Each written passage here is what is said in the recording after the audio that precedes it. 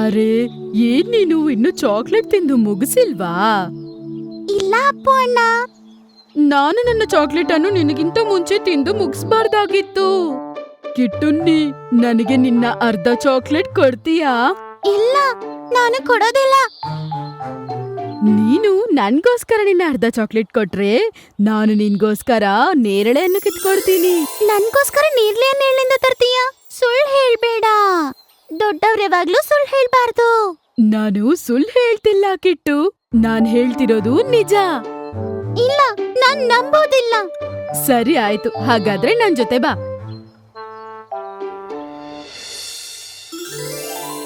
ಅಲ್ ನೋಡು ಕಿಟ್ಟು, ಎಷ್ಟು ಹಣ್ಣುಗಳಿದೆ ಅಂತ. ಹಾ, ಹೌದನ್ನ, ಎಷ್ಟಿದೆ ನೋಡು. ಬಾಬಾ, ನಾವು ಹೋಗಿ ಸ್ವಲ್ಪ ಕಿತ್ಕೊಂಡ್ ಬರೋಣ. ಖಂಡಿತ, ನಿನಗೆಷ್ಟು ಬೇಕೋ ಅಷ್ಟು ಕಿತ್ಕೊಂಡ್ ಬರೋಣ. ಮೊದಲು ನನಗೆ ಚಾಕ್ಲೇಟ್ ಕೊಡು.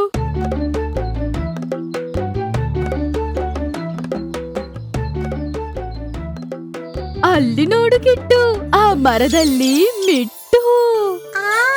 ಹೌದಣ್ಣ, ಆ ಗಿಳಿ ಎಷ್ಟು ಸುಂದರವಾಗಿದೆ ಅಲ್ವಾ? ವಾ ವಾ, ಬಾ ಅಣ್ಣ, ಹೋಗದನ್ನ ಹಿಡ್ಕೊಂಡ್ ಬರೋಣ.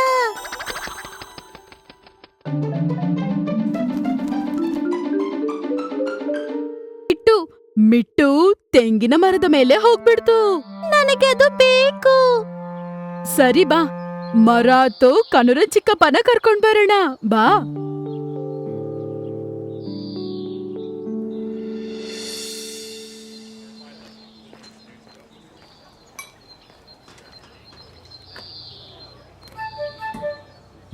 ಏನಾಯ್ತು ಮಕ್ಕಳೇ? ನೀವ್ ನನ್ಗೋಸ್ಕರ ಒಂದು ಮಿಟ್ಟುನ ಹಿಡಿದ್ಕೊಡ್ತೀರಾ? ಗಿಳಿನಾ? ಓ, ಆದ್ರೆ ನಿಮ್ಗೋಸ್ಕರ ನಾನು ಎಲ್ಲಿಂದ ಹಿಡ್ಕೊಂಬರ್ಲಿ? ಅದು ಅಲ್ಲಿದೆ ಮಿಟ್ಟು, ನೀವು ನನ್ ಜೊತೆ ಬರ್ತೀರಾ? ಸರಿ, ನಾ ಹೋಗ್ತೀನಿ. ಆದ್ರೆ ನಾವು ಎಲ್ಲಿಗೆ ಹೋಗ್ಬೇಕು?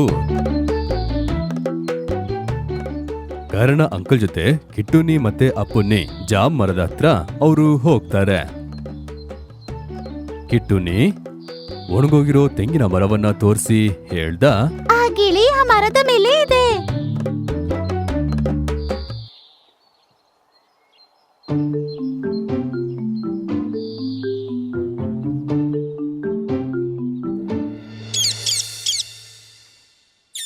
ತಗೊಳ್ಳಿ ನಿಮ್ಮ ಗಿಳಿ. ಇದನ್ನ ಇಡೋದಕ್ಕೆ ಪಂಜರ ಇದೆಯಾ? ಹಾ, ನಮ್ಮ ಹತ್ರ ಪಂಜರ ಇದೆ. ನಮ್ಮ ಬೆಕ್ಕಿನ ಪಂಜರ.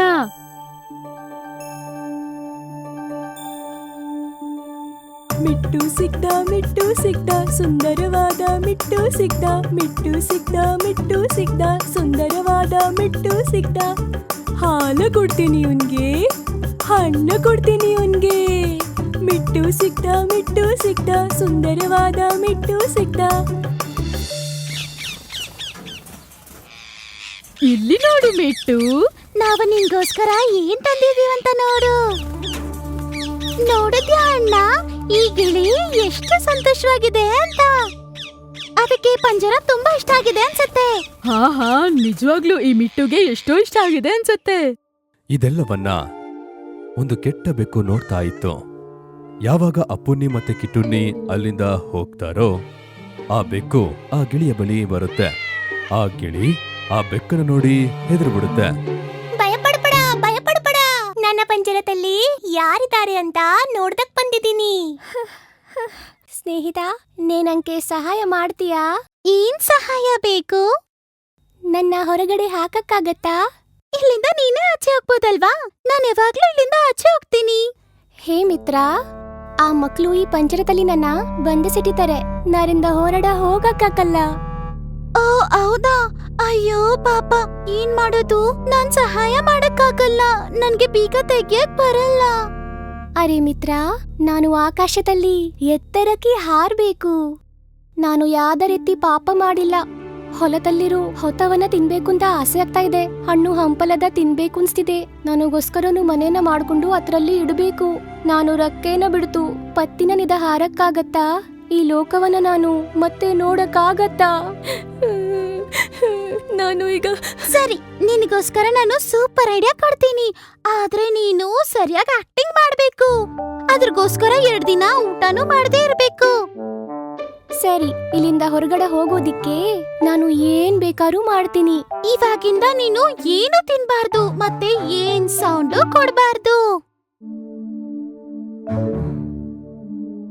ಆ ರೀತಿ ಹೇಳಿ ಕುರುಂಬಿ ಬೆಕ್ಕು ಅಲ್ಲಿಂದ ಹೋಯ್ತು. ಮಾರನೇ ದಿನ ಬೆಳಿಗ್ಗೆ ಅಪ್ಪುನ್ನಿ ಮತ್ತೆ ಕಿಟ್ಟುನಿ ಅಲ್ಲಿಗೆ ಬಂದ್ರು. ಅವರು ನೋಡಿದ್ರು, ಗಿಳಿ ಅಲ್ಲಿ ಸುಸ್ತಾಗಿ ಮಲ್ಕೋಬಿಟ್ಟಿತ್ತು. ಅದು ನಿನ್ನೆ ಕೊಟ್ಟಿದ್ದ ಆ ಹಣ್ಣನ್ನು ಕೂಡ ತಿಂದೇ ಇರ್ಲಿಲ್ಲ. ಏನಾಯ್ತು? ನಿನಗೆ ಹಸಿವಾಗಿಲ್ವಾ? ಇಲ್ಲಾಂದ್ರೆ ನೀನ್ ಕೊಟ್ಟಿರೋ ಆಹಾರ ನಿನ್ಗಿಷ್ಟ ಆಗಿಲ್ವಾ? ಸರಿ ಆಯ್ತು, ಬೇರೆ ಏನಾದ್ರೂ ಕೊಡ್ತೀನಿ. ಅಪ್ಪು ಅಣ್ಣ, ಯಾಕಣ್ಣ ಇದೇನು ತಿಂತಿಲ್ಲ? ಇಲ್ಲ ಕಿಟ್ಟು, ಅದಕ್ಕ ಮೈ ಹುಷಾರಿಲ್ಲ ಅಂತ ಅನ್ಸತ್ತೆ. ಪಂಜರವನ್ನು ಓಪನ್ ಮಾಡ್ಬಿಡ ಅಣ್ಣ.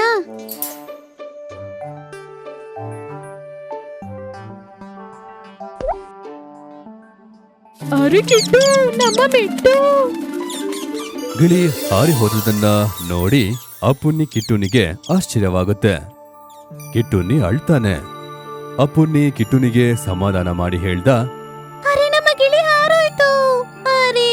ಅರೆ ಹೋಗ್ಲಿ ಬಿಡೋ ಕಿಟ್ಟು, ಪಾಪ ಅದಕ್ಕೆ ಆಚೆ ಹಾರ್ಕೊಂಡಿರೋದು ಇಷ್ಟ ಅನ್ಸತ್ತೆ, ಸಂತೋಷವಾಗಿರುತ್ತೆ.